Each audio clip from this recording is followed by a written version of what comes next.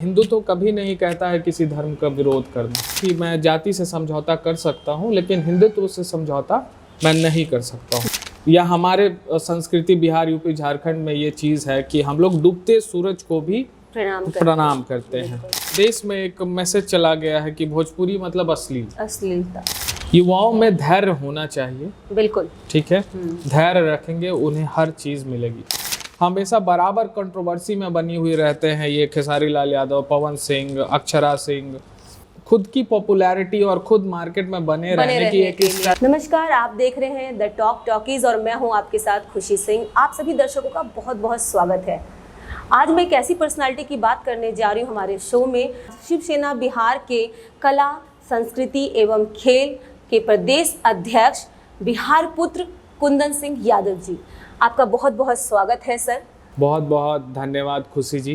Thank you sir. तमाम talk talkies के viewers को मेरा नमस्कार, प्रणाम, हर हर महादेव। और टॉक टॉकीज़ के पूरे टीम को धन्यवाद देना चाहता हूँ कि उन्होंने मुझे अपने शो पे बुलाया और इस कार्यक्रम में मुझे अपनी बात को कहने का मौका दिया।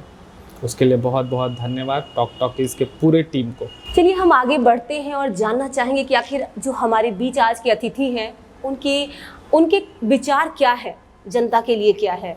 सर सबसे पहले तो मैं आपको थोड़ा सा यहाँ पे मैं जानना चाहती हूँ, इवन मेरे दर्शक भी जानना चाहेंगे कि मैं जब आपकी प्रोफाइल पे, आपके यहाँ आने से पहले मैंने आपकी प्रोफाइल चेक की थी तो वहाँ मुझे दिखा कि, और बहुत ही फेमस लाइन भी थी आपकी कि आप जातिवाद से एक बार कहते हैं ना कि जुड़ सकते हैं, अपने आप को समझौता कर सकते हैं, लेकिन आप हिंदुत्व से समझौता नहीं करते। ये बहुत फेमस टैगलाइन आपका था, तो इसके पीछे क्या आप अपने कुछ विचार रख सकते हैं आज? जी देखिए, वो जो लाइन थी, डायलॉग जो था, वो उदयनिधि स्टालिन हैं जो कि तमिलनाडु करेंट चीफ मिनिस्टर के बेटे हैं और करंट में मंत्री हैं जी। उन्होंने एक ऐसा विवादित बयान दिया था कि सनातन को ख़त्म कर देना चाहिए, वो डेंगू मलेरिया के जैसे फैल रही है जी। इस पे हमने बिहार सरकार से जवाब मांगा था कि आप इंडिया गठबंधन में तमिलनाडु और डीएमके को अपने साथ आपने जोड़ रखा है, तो क्या आप उसके बातों का समर्थन करते हैं या नहीं। उसी पे मैंने कहा था कि ठीक है, तेजस्वी यादव जी यादव हैं, हम भी एक यादव हैं, तो वही उसी बात पे मैंने कही थी कि मैं जाति से समझौता कर सकता हूँ, लेकिन हिंदुत्व से समझौता मैं नहीं कर सकता हूँ जी। काफ़ी चर्चित में था ये आपकी प्रोफाइल पे, एक्चुअली काफ़ी लोगों का मैंने कमेंट भी देखा था। तो सर जैसा कि मैंने आपकी प्रोफाइल भी देखी, मैंने आपसे कुछ सवाल किए, लेकिन एक और सवाल है मेरा, सनातनी के तरफ मेरा ये सवाल है कि काफ़ी आप धार्मिक हैं और हिंदू धर्म को काफ़ी आप प्रमोट भी करते हैं, लेकिन आपको पता होना चाहिए सर कि हमारे बीच, हमारे इस समाज में बहुत धर्म के लोग हैं, तो इसके बारे में आपका क्या कहना है? जी देखिए, पहले तो मैं इस शो के माध्यम से कहना चाहता हूँ कि देखिए, हम हिंदुत्व को मानते हैं, सनातन ही हमारी पहचान है, ठीक है। हम किसी भी धर्म के विरोधी नहीं हैं जी, ठीक है, ना हमने कभी किसी भी धर्म का विरोध किया हो, ठीक है। हम अपने धर्म की बात करते हैं। हिंदुत्व एक ऐसा धर्म है, एक लाइन है तुलसीदास जी का लिखा हुआ, सिया राम मैं सब जग जानी, करहु प्रणाम जोरी जुग पानी। क्या बात। इसका मतलब हो गया, बहुत सुंदर मतलब निकल के आता है कि संसार में जितने लोग हैं, या पेड़ है, पक्षी है, इंसान है, जानवर हैं, सब में श्री राम है। जिस प्रकार आप देखती हैं कि तारों में करंट रहता है लेकिन दिखता नहीं है, लेकिन बल्ब जल जाती है। एक मिनट रोकना चाहूंगी आपको सर कि आपका कहना है कि सब में श्री राम है, बिल्कुल सही, लेकिन मेरा सवाल है सर कि धर्म के तरफ और भी जो अदर धर्म है, हमारे अदर रिलीजन्स वाले लोग हैं, उनके ऊपर इसका क्या असर पड़ेगा, आपने ये सोचा है? ये देखिए, जो भी मैं कह रहा हूँ ये मेरी विचार है जी, ठीक है। आपके विचार कुछ और हो सकते हैं जी, ठीक है। तो मैं जो कह रहा हूँ उस चीज़ को समझिए। हिंदू तो कभी नहीं कहता है किसी धर्म का विरोध करना जी, ठीक है। मैं जो कह रहा हूँ उसका मतलब मैं बता रहा हूँ कि जिस प्रकार से बिजली बल्ब जलती है, बिजली दिखती नहीं है लेकिन उसके अंदर बिजली होती है, उसके अंदर एनर्जी होती है, वो जलती है। बिल्कुल। जिस प्रकार पेड़ होता है, फल होता है, लेकिन वो एक टाइम पे बाहर आता है, लेकिन वो दिखता नहीं है कि इसमें फल है, लेकिन एक टाइम आता है कि उसके अंदर से फल निकलता है। बहुत सारे ऐसे एग्जाम्पल है। देखिए, इसका मतलब अर्थ यही निकलता है कि सब में श्री राम है, सब पूजनीय है, ठीक है। हम सब भाई, जितने भी मुस्लिम भाई हैं, सिख भाई हैं, ईसाई भाई हैं, जितने भी अलग अलग धर्म के लोग हैं, हम सबको उन सब में हम श्री राम को देखते हैं और सबको हम हाथ जोड़ के प्रणाम करते हैं, अपना सलाम करते हैं, अपने जो भी हम जिस तरीके से हम उनको अभिवादन कर सकते हैं हम लोग करते हैं। और जितने भी हमारे मुसलमान भाई हैं, हम हिंदू हैं, हम अपने नज़रिए से देखते हैं। बिल्कुल। हम उस नज़र से नहीं देखते हैं कि वो मुसलमान है, वो सिख है, वो ईसाई है। हम बस उनको इंसान के रूप में देखते हैं और इंसान के रूप में हम भगवान उनके अंदर अपना भगवान देखते हैं। बिल्कुल। बस यही तो हमारी हिंदुत्व की पहचान है। बिल्कुल सही बात है। और ये बिल्कुल हमारे भारत में सभी स्वतंत्र हैं कि सब अपने अपने धर्म को अपनी तरफ से पूरी रूप से वो आज़ाद हैं कि अपने तरीके से उसे वो प्रमोट कर सकते हैं, बस किसी को उससे क्षति नहीं पहुंचे, है ना सर? जी जी बिल्कुल। तो सर का भी कहना सही है कि हम ये इनका विचार है, मतलब ये हमारा विचार है कि हम इसे इस तरीके से रखते हैं। हमारा किसी को भी चोट पहुंचाना या किसी को क्षति पहुंचाना ऐसा कोई भी इरादा नहीं है। चलिए फिलहाल आगे बढ़ते हैं। और सर एक चीज़ और मैं जानना चाहूँगी कि सबसे पहले तो अब थोड़ा सा पॉलिटिक्स से हट के बात करेंगे। और हम जानते हैं कि हम लोग बिहार में हैं और बिहार एक ऐसा राज्य है जहाँ छठ की पूजा होती है। जी जी। और वहाँ आप कह सकते हैं कि उगते सूरज ही नहीं, डूबते सूरज की भी पूजा की जाती है। वो पर्व है हमारा छठ। जी जी। तो सुना है ये बहुत ही पवित्र पर्व है और लगातार 3 दिनों का व्रत होता है। इसमें आपका क्या मतलब, कुछ आपके विचार रखे अगर? देखिए, छठ पूजा जो हमारे बिहार, यूपी, झारखंड में मनाया जाता है, ये इसे नाम ही दिया गया है छठ महापर्व जी। तो आप कह सकते हैं कि ये हम लोगों के लिए सबसे बड़ा पर्व होता है। और इसमें जो माँ होती है जी, इसमें बहुत सेंसिटिव चीज़ें जुड़ी हुई हैं। अभी मैं जैसे ही आपने छठ पूजा पे क्वेश्चन पूछा तो मेरे अंदर एक गनगनाहट एनर्जी महसूस हुई। मैं उस बात को आपके और टॉक इसके माध्यम से कह रहा हूँ कि जो माँ है वो अपने बेटे की उन्नति के लिए, अपने पुत्र के लिए, अपने फैमिली के लिए ये व्रत को करती हैं। ये एक्चुअली 4 डेज़ का है, लेकिन एक दिन वो नहाए खाए होता है, बाकी 3 दिन व्रत में जाता है। और इसकी बहुत सारी महानता हैं। जैसे देखिए, उगते सूरज को तो हर कोई पूजता है जी। लेकिन हमारे अंदर या हमारे संस्कृति बिहार, यूपी, झारखंड में ये चीज़ है कि हम लोग डूबते सूरज को भी प्रणाम करते हैं।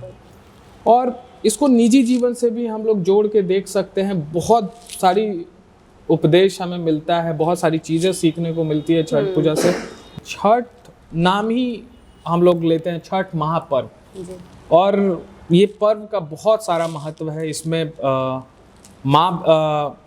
माँ भी करती हैं और पिताजी भी, या फिर आप कह सकते हैं कि पुरुष महिलाएं दोनों इस पर्व को करती हैं। जिनकी इच्छा होती है वो ये करती है जी। और सबसे बड़ी चीज़ कि देखिए, उगते सूरज की हर कोई पूजा करता है, लेकिन डूबते सूरज के ये हमारे यहाँ सिर्फ परंपरा है कि डूबते सूरज को भी हम लोग प्रणाम करते हैं। और देखिए, इसको निजी जीवन से भी हम लोग रिलेट करके एक मैसेज ले सकते हैं कि जिस प्रकार से सूर्य उगते हैं लोग पूजा करते हैं, लेकिन जब वो दिन भर हम लोगों को ऊर्जा, पूरे पृथ्वी पर जितने भी चीज़ हैं जिससे सूर्य से ऊर्जा मिलता है, जैसे पेड़ पौधे, इंसान, जो सूरज से जो चीज़ चलती है वो, लेकिन शाम होती है वो ढल जाती है। इस चीज़ को हम मैसेज देते हैं। हम बिहार वासी छठ पूजा के माध्यम से पूरे वर्ल्ड को मैसेज देते हैं एक, कि डूबते सूरज को भी हम लोग पूजा करते हैं और वो पूजनीय है, हमें पूजा करना चाहिए। इसको निजी जीवन से जोड़ के देखें तो जिस प्रकार जैसे हम लोग जन्म लेते हैं, जैसे सूर्य की किरण पहली किरण उगती है जी। वैसे ही जब हम जन्म लेते हैं तो हमारे माता पिता हमें पाल पोस के बड़ा करते हैं, उस योग्य बनाते हैं कि हम नौकरी कर सके, समाज में अच्छी पहचान बना सके। जी। लेकिन एक टाइम आता है जब उनका दिन ढलने लगता है तो हम लोग ही क्या करते हैं कि उनको घर से बाहर निकाल देते हैं, उनको अनाथ आश्रम में भेज देते हैं। उसी प्रकार एक मैसेज है कि डूबते सूरज को भी हमें वैसे ही पूजना चाहिए जैसे हम उगते सूरज को हम लोग पूजते हैं। जो हमारे माता पिता है, जो हमें पाल पोस के इस योग्य बनाए, तो हमें उनके ढलने उम्र में भी उन्हें वैसे ही पूजना चाहिए जैसे हम बचपन में एक खिलौना ला के देने पे उनको जितना प्यार सम्मान और उनके पैर छू के उनको सम्मान देते थे, वैसा ही जब उनका एज ढलने लगे तो एक बहुत बड़ी चीज़ और बहुत बड़ी एक मैसेज हमें छठ पूजा से मिलता है। और अनेक मैसेज हैं जो छठ महापर्व और ये पूजा जो है पॉजिटिव वाइब्रेशन लेकर आती है हमारे बीच। चलिए, फिलहाल सर ने हमें बहुत सारी बातें बताई हैं, हमने पॉलिटिक्स की भी बातें की और आज हमारे बिहार में बस पूजा के नाम पे, महापर्व के नाम पे छठ मनाई जाती है, जिसके लिए भी हमें सर ने एक बहुत अच्छा मैसेज दिया है। और आगे बढ़ते हैं। बहुत बहुत धन्यवाद सर, आपने बहुत अच्छा मैसेज दिया हमारे समाज में। एक इस छठ पर्व के माध्यम से भी इन्होंने बहुत अच्छी चीज़ सिखाई है कि जैसे जब हम छोटे होते हैं और हमारे माँ बाप हमें एक खिलौना ला कर देते हैं और जिस तरीके से हम उन्हें अपना प्यार और सम्मान देते हैं, उसी तरीके से उनके ढलते हुए उम्र में भी हमें उतना ही उनका साथ देना चाहिए। एक खिलौना बनकर शायद उनके साथ हमें अपने ज़िंदगी को व्यतीत करना चाहिए ताकि उनकी जीवन में भी खुशियाँ आ सके। तो चलिए, फिलहाल हमने सर से पॉलिटिक्स के बारे में भी डिस्कस कर लिया और हमने छठ पर्व के बारे में भी जाना। तो सर, आखिर भोजपुरी में इतना अश्लीलता बढ़ते ही चला जा रहा है, गाने बनते चले जा रहे हैं, लोग उसे सुन रहे हैं, लोग व्यूवर्स को कहीं ना कहीं ठहरा रहे हैं जिम्मेवार। लेकिन आपको नहीं लगता कि कहीं ना कहीं हमारी भोजपुरी फिल्म इंडस्ट्री इसकी जिम्मेदार है? इसके बारे में आप कुछ कहना चाहेंगे? जी बिल्कुल कहना चाहूँगा। चूँकि भोजपुरी इंडस्ट्री हमारे बिहार, यूपी, झारखंड और तमाम देश प्रदेश सब जगह भोजपुरी अपनी पहचान बना चुकी है, पहचान की मोहताज भी नहीं है। मैं भोजपुरी इंडस्ट्री के एक्टर एक्ट्रेस से बस यही कहना चाहूँगा कि जो वो अपने फिल्मों में, गानों में जो अश्लीलता का जो प्रयोग करते हैं जी, तो एक पूरे देश में एक मैसेज चला गया है कि भोजपुरी मतलब अश्लीलता। ठीक है, तो ये हमें भोजपुरी इंडस्ट्री से इस चीज़ को ख़त्म करना होगा। और बहुत अच्छा अभी एक इनिशिएटिव खेसारी लाल यादव जी के द्वारा उनके फिल्म में संघर्ष 2 में लिया गया है, जिसमें कि अश्लीलता को पूर्ण रूप से ख़त्म कर दिया गया है। उन्होंने अश्लीलता को ख़त्म करने के लिए एक अपनी बेटी को उसमें रोल दिया है। और इसी तरीके के तमाम जो एक्टर एक्ट्रेस हैं, जैसे पवन सिंह है, अक्षरा सिंह हैं, और भी जितने एक्ट्रेस हैं, उनको अश्लीलता को ख़त्म करना चाहिए। अगर वो कहते हैं कि भोजपुरी उनका खींचा हुआ लकीर है, खेसारी जी कहते हैं हम ट्रेंडिंग स्टार है, अक्षरा करती है वो खुद को ट्रोल करवाती रहती है, भोजपुरी क्वीन बोलती है वो। लेकिन जितने भी एक्टर एक्ट्रेस हैं, मैं वही कहना चाहूँगा कि जब तक अपने इंडस्ट्री से अश्लीलता को ख़त्म नहीं करेंगे, तब तक जो भोजपुरी की जो पहचान थी पहले जी, वो बिल्कुल ख़त्म होते जा रही है। भोजपुरी का मतलब लोग समझते हैं अश्लीलता, लोग उसको थोड़ा हीन भावना से देखने लगे हैं भोजपुरी को।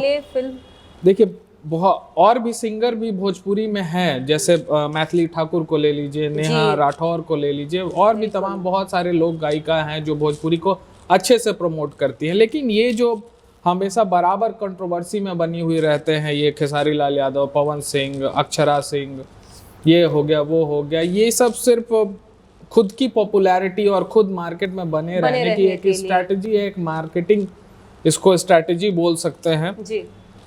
और इसी माध्यम से मतलब सिर्फ मार्केट में बने रहने के लिए ये लोग भोजपुरी इंडस्ट्री में अश्लीलता को बुरी तरीके से फैला दिए। लेकिन चलिए, एक बहुत अच्छा इनिशिएटिव खेसारी लाल यादव जी के द्वारा लिया गया है, जो कि भोजपुरी इंडस्ट्री से उन्होंने प्रण लिया है कि अश्लीलता को ख़त्म कर देंगे। इसी प्रकार तमाम जो एक्टर हैं, पवन सिंह है और एक्ट्रेस जो भी हैं, उनको ये इनिशिएटिव लेना चाहिए और अपने अपने फिल्मों से अश्लीलता को ख़त्म कर देना चाहिए। क्यों? और तमाम जो गंदे गंदे गाने हैं जिनको व्यूवर्स रातों रात स्टार बना देते हैं, वैसे व्यूवर्स से भी मैं कहूँगा कि इस तरीके के चीज़ों को प्रमोट ना करें। जैसे एक सिंगर है, नाम मुझे ध्यान, चंदन चंचल या फिर नाम ध्यान में उतना अच्छा से नहीं आ रहा है, जो एक गाना गाते हैं, देवरा ढोरी चटना बा, क्या इससे क्या समाज में मैसेज जा रहा है? एक देवर भाभी के रिश्ते को कितना बदनाम करने की कोशिश की जा रही है हमारे भोजपुरी इंडस्ट्री में, बिहार के इंडस्ट्री में। इन तमाम चीज़ों को, ऐसे चीज़ों को हम लोगों को प्रमोट नहीं करना है। वो रातों रात स्टार बन जाता है, जिसको सारे गमपा संगीत का कहा जाए कि 1% नॉलेज नहीं हो, वो एक गाना गा के और हिट हो जाता है और लोग उसको हीरो बना रहे हैं। तो हम लोग जो हैं जिनको हीरो बनाए वही सही नहीं है। हमारे भोजपुरी को वो प्रमोट ही नहीं कर सकते हैं, वो सिर्फ अश्लील को प्रमोट कर सकते हैं। जी, मतलब आपका कहना है कि खेसारी लाल और पवन जी कहीं ना कहीं इसके जिम्मेदार हैं, अक्षरा जी जिम्मेदार है, तमाम जितनी अभिनेत्री हैं हमारी, जितने भी हमारे अभिनेता हैं, वो सभी कहीं ना कहीं इसके जिम्मेदार। जब तक ये लोग इनिशिएटिव नहीं लेंगे भोजपुरी इंडस्ट्री से अश्लीलता को खत्म करने की, तब तक भोजपुरी इंडस्ट्री में अश्लीलता बनी रहेगी। बिल्कुल। और तमाम हम व्यूवर से भी रिक्वेस्ट करेंगे कि वो इस चीज़ को अगर इग्नोर करेंगे, आने वाले समाज के प्रति सोचेंगे, आने वाले समय के प्रति सोचेंगे, अपने बच्चे को लेके देखें कि मेरा बच्चा ये गाना सुनेगा तो क्या असर पड़ेगा, या फिर तमाम बहुत सारी चीज़ें हैं जो समाज को इन्फ्लुएंस करती है, गलत चीज़ों के तरफ मैसेज देती है ये सारे गाने और जितने भी भोजपुरी इंडस्ट्री में अश्लीलता और जिस तरीके से एल्बम को दिखाया जाता है। अच्छा सर, अगर बात करें अभिनेत्री में, तो आपकी भोजपुरी इंडस्ट्री में सबसे बेस्ट अभिनेत्री आप किसको मानते हैं? अगर देखा जाए तो आपके तरफ अगर रियल मायने में देखा जाए तो भोजपुरी इंडस्ट्री में कोई एक्ट्रेस है ही नहीं। अच्छा, आपके नजर से एक्ट्रेस वाली क्वालिटी है ही नहीं। ठीक है, एक एक्ट्रेस में जिस्म दिखाने से कोई एक्ट्रेस हो जाता है? नहीं, बिल्कुल। बस मैं क्लियर एक लाइन में मैसेज में दे दिया कि उन तमाम एक्ट्रेस को मैं एक्ट्रेस मानता ही नहीं जो अपना जिस्म दिखा के अपना क्या कहते हैं, स्टारडम चमकाने की कोशिश कर रही हैं, मार्केट में भोजपुरी इंडस्ट्री में अश्लीलता फैला के अपने आप को बनाने की कोशिश कर रही है। मैं वैसे लोगों को समर्थन नहीं देता हूं और मैं उसे एक्ट्रेस नहीं मानता। तो चलिए, फिलहाल सर ने तो हमें बता दिया कि इनके हिसाब से भोजपुरी में कोई अभिनेत्री है ही नहीं, क्योंकि वो लोग सिर्फ अंग प्रदर्शन ही करते हैं और अंग प्रदर्शन करना किसी अभिनेत्री की पहचान और क्वालिटी नहीं है। तो आइए फिलहाल कुछ यूथ पे बातें करते हैं और यूथ के बारे में जानना चाहते हैं कि उन्हें क्या मैसेज देना चाहेंगे सर। तो सर, आप यूथ को, हमारे खासकर हमारे बिहार के यूथ को क्या मैसेज देना चाहेंगे? जी, मैं बिहार के युवाओं साथियों के लिए एक मैसेज देना चाहता हूँ कि आज जो युवा पीढ़ी है बिहार में, स्पेशली मैं बिहार की बात करूँगा, बिहारी की बात करूँगा, जो युवा हैं वो कहीं ना कहीं मिसगाइड हो रहे हैं जी, सोशल मीडिया के थ्रू। बहुत ज़्यादा बिहार में नशा बढ़ गया है, लोग नशा की ओर और सोशल मीडिया की ओर ज़्यादा भाग रहे हैं, ज़्यादा अट्रैक्ट हो रहे हैं। ठीक है, बिहार में दारू बंद है, लेकिन तमाम जो युवा हैं वो दारू और क्या बोलते हैं उसको, नशे की चीज़ें, बहुत तमाम नशे की चीज़ें बढ़ गई हैं बिहार में, जो पहले आज से 10 साल पहले थी ही नहीं बिहार में, उसका नाम भी नहीं लिया जाता था। लेकिन आज के डेट में वो स्मैक बोलते हैं, हीरोइन बोलते हैं, बहुत सारे उसके नाम हैं। युवा पीढ़ी जो है कहीं ना कहीं वो सोशल मीडिया और नशा के प्रभावित हो रही है। और मैं एक और मैसेज देना चाहता हूँ आपके टॉक शो से जी, कि जो भी हमारे युवा साथी हैं जो नौकरी के तलाश में हैं, जो पढ़ाई कर रहे हैं, जो तैयारी कर रहे हैं, और अभी जो बिहार में जातीय जनगणना निकल के आया और उस हिसाब से सब अपना अपना दावेदारी जो पेश कर रहे हैं कि हमारी इतनी संख्या है तो हमारी ये इतनी होनी चाहिए, बहुत सारी चीज़ों में अपना हक मांग रहे हैं कि हमारी हक इतनी होनी चाहिए, हमारी हक इतनी होनी चाहिए। तो मैं युवा से ही कहूँगा कि देखिए, अगर आपके पास नॉलेज रहेगा ना जी, और आप उस योग्य रहेंगे तो आपसे आपका हक कोई नहीं छीनने वाला। बिल्कुल। ठीक है। और कहा गया है ना कि शिक्षा एक ऐसा शेरनी का नाम है जो पिएगा वही दहाड़ेगा। तो अगर मेरे पास शिक्षा है, हम उस योग्य हैं कि हम आईएएस, कलेक्टर, इंस्पेक्टर, या तमाम जितने भी नौकरियां होती हैं, बहालियां होती हैं, हम उसमें जा सकते हैं, उसमें बहाली हो सकते हैं। तो आपका कोई हक छीनने वाला नहीं है अगर आप वाकई में आप में काबिलियत हो तो हम एक मैसेज देना चाहेंगे कि हम लोग जाति पे ना ध्यान दे के हम लोग अपने काबिलियत पे ध्यान दें कि हम किस काबिलियत के, हम क्या कर सकते हैं। ठीक है, हम क्या करने योग्य हैं। तो योग्य से लोगों को काम मिले, मैं बस यही कहना चाहता हूँ। ठीक है, फिलहाल किसी की भी जाति ज़्यादा हो कम हो उससे हमें कोई मतलब नहीं है। हम उस विचारधारा के लोग हैं जो सबको एक समान समझते हैं, सबको अपना भाई समझते हैं।